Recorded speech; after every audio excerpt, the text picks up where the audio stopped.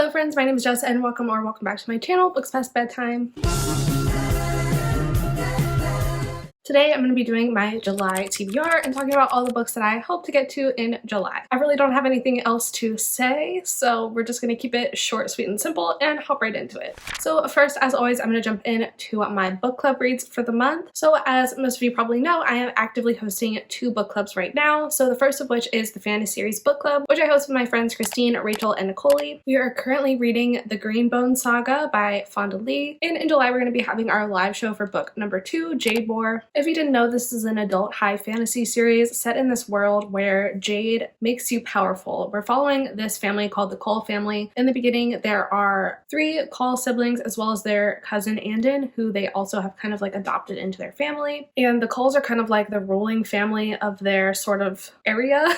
And so we're following their trials and tribulations as Greenbone warriors. Being a Greenbone warrior means you can like harness the power of Jade and use it to your advantage. And this second book is just kind of continuing their saga. There's a war going on between Kacon, which is the like province, I guess, that the Call family rules over, the entity called the Mountain, and they're fighting over like Jade supplies. And to be honest, I didn't really love the first book that much, so it's kind of hard for me to like describe what was going on because I was a little bit bored. But I've heard that the series gets better, so I'm hopeful for this one. And either way, make sure you come to our live show to hear my final thoughts. Sometimes I'm the dissenting voice, so we'll see where I fall in this book. And then I'm also hosting an ACOTAR read-along with Manda. Last month we were supposed to finish A Court of Wings and Ruin, but that didn't quite happen. So we'll be finishing A Court of Wings and Ruin this month in July. A Court of Wings and Ruin is the 3rd book in the ACOTAR series, and in this book I think we're following Feyre as she kind of like goes, I don't want to spoil anything.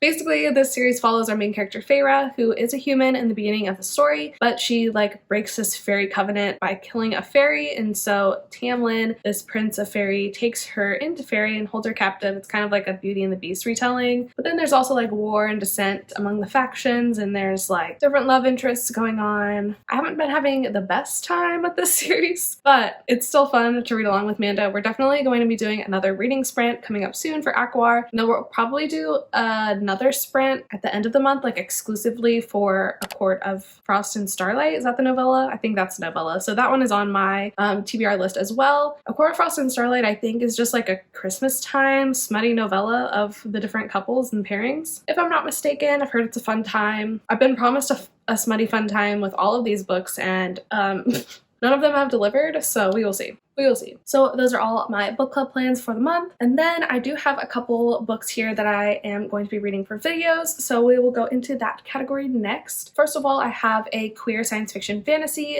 reading vlog planned for this month. It should be going up in a week or 2, but I still have technically 2.5 books to read for that vlog. The first of which is So This Is Ever After by F.T. Lukens. I am currently exactly halfway through this book. I just have not filmed my reading update yet, so I have not made it any further. This is a YA fantasy romance following our main character Eric. Eric and his friends have just completed a quest. At the very beginning of this book, they've slain somebody called the Vile One in this kingdom and like saved it from oppression, but the problem is that they need a figurehead to install in this kingdom. They think that there's a princess, but they haven't found her yet. So in the interim, they crown Eric to be the prince, the ruler, whatever. Turns out that was a mistake because there's not actually a princess, and now Eric is stuck with this role that he doesn't want. And another catch is that he must get married before I think he turns 18, or according to the rules of a crown, he will die. So he's going around right now trying to woo all his friends, but really he's pining after his best friend and advisor, Matt. So I would imagine they fall in love. It's very angsty so far though,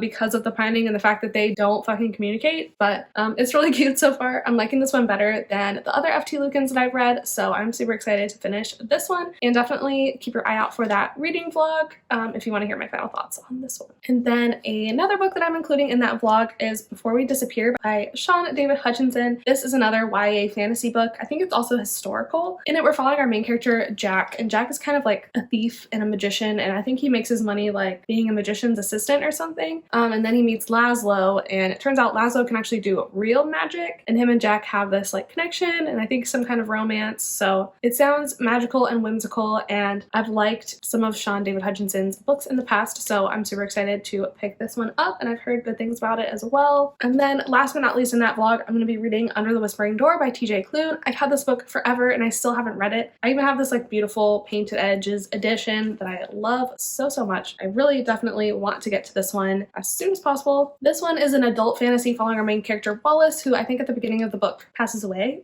He is come to collect by the Reaper, and I guess in like the interim between passing over, he stops in some kind of like purgatory area where he meets this man named Hugo. Hugo owns this like tea shop and they have tea together, and Hugo is supposed to like help him cross over, but they end up falling in love. I've heard that this one is a lot like harder hitting than The House in the Cerulean Sea, which it's kind of like, I don't know if it's set in the same world or if it's like a companion or something. They just kind of are similar vibes, but I think that this one's harder hitting and sadder. So I'm ready to cry, but I'm so excited to finally get to this one. Now, another thing that I've been like obsessed with recently is watching those videos where people swap their phone screen time for reading. So I think I'm going to try and film one of those this month. And I kind of like have an idea of some of the books that I want to read for it. I have been reading so much romance this entire year. I'm kind of feeling like some summer thrillers. So I have a stack of thrillers that have come out this year that I haven't gotten to yet that I might pick up for that vlog. So the first of which is The House Across the Lake by Riley Sager. I have not been seeing the best reviews for this book, but I do love Riley Sager and I have liked all of his past releases, so I really want to give this one a try, especially since I already bought it. This does not have my favorite trope in it though, which is like the unreliable alcoholic narrator. I'm not a huge fan of that, but this book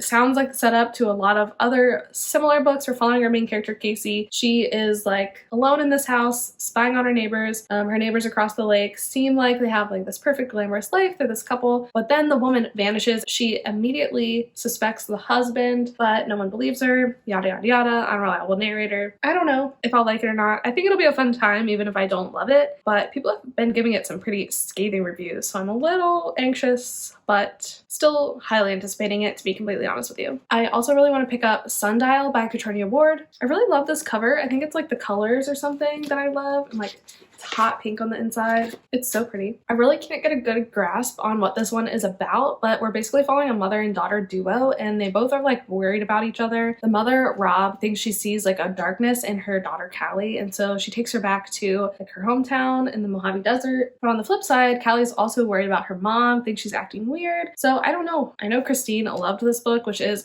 one of the reasons why I'm super excited to get to it. It sounds fun and hopefully it will be crazy and exciting, but we will see. Another new release thriller is Paris Apartment by Lucy Foley. This came out I think in February or March, and I haven't gotten to it yet, but I do really want to. In this book we're following the main character. Her name is Jess, just like me. I think her life's kind of like falling apart, so to get like a change, something fresh and new, she decides to go stay with her brother in his apartment in Paris. But when she arrives, her brother is missing. At first she thinks it's like no big deal, but as time starts to go on, she still hasn't heard from him. She starts to realize that he is mixed up in something really dangerous, and she is determined to figure it out and get to the bottom of it. I really liked Lucy Foley's last book, The Guest List, so I am hoping this one will be a fun time as well. And the final thriller on my list is Breathless by Amy McCulloch. This is the opposite, I guess, of a summertime read because it is set in the snowy winter. I don't know what it is, but I love a thriller with like a snowy winter setting, so this seems really up my alley and I really want to get to it. So in this book we're following our main character Cecily. Cecily is a journalist and she has gone to like the 8th highest peak in the world or something to interview this climber who is like completing this really arduous journey, and she's gonna interview him. He's like some kind of award winner. Anyway, she's up in this mountain and stranded, cut off from civilization. One hiker dies, which is chalked up to a coincidence, but then a second one dies, and they quickly realize that there is a killer loose on the mountain, picking them off one by one, and they're in this really isolated region, one of the like most isolated regions in the world. It's like a race against time to survive. It sounds really cool. This is exactly the kind of thriller I like, so super excited to get to this one. Now, those are really the only books I have picked out for like a specific purpose this month, which is rare for me, but it's kind of nice. I'm gonna just let myself mood read a bit. I do have some things picked out that I like will likely reach for that I wanted to share with you. I just ordered like 4 paperback romances from Amazon just to have something easy to like take with me to work. I like reading like a paperback romance at work. It's just like the easiest thing thing to bring and like to pick up and put down, you know? So this one has already come. Total Creative Control by Joanna Chambers and Sally Malcolm. This is a Grumpy Sunshine boss assistant romance. Male, as you can tell by the cover. But basically we're following Erin, who is the assistant to Lewis, and they both work on this like really famous TV show called Leeches. Lewis is kind of like a playboy type deal, and he doesn't really like get into relationships. His main focus is the TV show, and he has this really good relationship with Erin, but he doesn't want it to be anything romantic because he doesn't want to ruin their like professional relationship or their friendship, even though he's always been like very attracted to him. But then they have to go away on this like work retreat, of course, and they're like the only ones that each other knows, and so lines begin to blur. It sounds cute and fun, and this is like part of a series, and there's the second book's coming out this month or next month. I'm sure it's just like a companion series, but I think it would be fun to read this one before I pick up the next one, and it looks really cute and fun, so I will likely read this one this month. And then the other three that I ordered haven't arrived yet. Another one is Never Been Kissed by Timothy Janowski? Yes, I think. This book sounds pretty similar to All the Boys I Loved Before, because our main character Roland, he's never been kissed before, and on the eve of his birthday he's like feeling nostalgic, so he writes an email to all the boys that like I guess he wished he had kissed. In the morning he's like, oh, no one will read him, no one will respond, but someone does respond, and it is Derek, who's like his number one crush. They had an almost kiss and almost thing, but he doesn't feel the same way yet. After they spend a summer together working on this project to try and save their local drive-in, they get a little bit closer and things might start to happen. So this sounds really cute too, and I can't wait for it to come. And then I also got Out of Character by Annabeth Albert. This is another like new adult male romance. This book is a friends to enemies to friends to lovers romance, which sounds really cute. I think it's supposed to be nerdy and like have cosplay and conventions and gaming and stuff in it, which reading is my version of being a nerd.